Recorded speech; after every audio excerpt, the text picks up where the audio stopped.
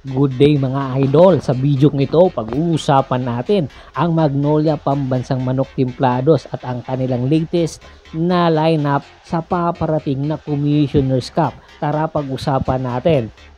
Sa kanilang point guard position, ang kanilang point guard na pinakamatagal sa kanila ay si Andy Mark Baroka.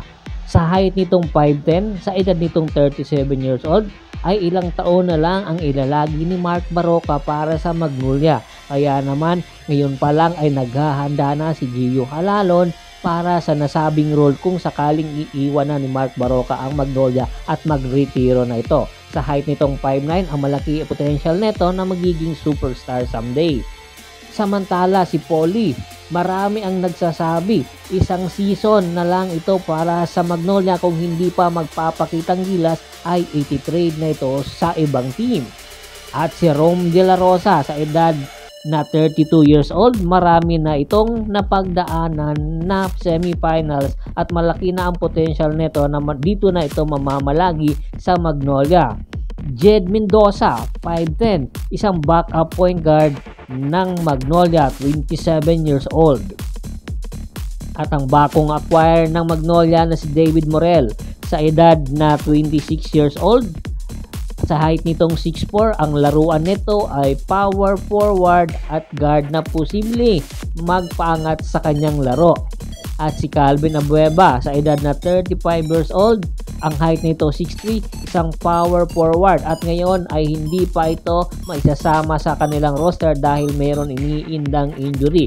Ganon din si Jackson Corpus sa edad na 34 years old, sa ngayong paparating na Commissioner's Cup ay hindi pa ito maila-line up dahil mayroon ding iniindang injury. Abo Trotter, ang bagong big man ng Magnolia sa height nitong 6'5", 30 years old, malaki ang may tutulong nito sa big man rotation ng Magnolia. At si Aris Dionisio, isang revelation ito sa Magnolia sa edad na 23 years old, malaki ang potential nito na magiging re-ebanghilista ng Magnolia. At si Russell Escoto, center power forward, 30 years old, height 6'6". Kung meron man kinakailangan mag-step up ay ito si Russell Escoto. Ganon din si Ian Sanggalang sa height nitong 6'7", 31 years old. Galing ito sa injury at kinakailangan magkaroon talaga ng playing time para bumalik ang kanyang kumpiyansa. At si Rafi Ribis sa edad nitong 46 years old ay hindi na nga ito magtatagal sa Magnolia at sa PBA. Pinagkakaroon lang ito ng kanyang time para nga maitrain si James Lapot sa edad na 27 years old.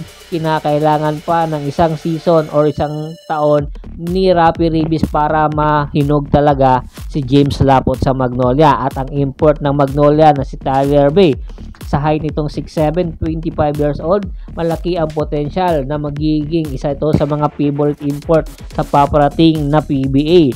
Ang rookie ng Magnolia si Ray Anthony Peralta, 6'2". Malaki ang potential nito na magiging roster ito ng 3-on-3 sa Magnolia.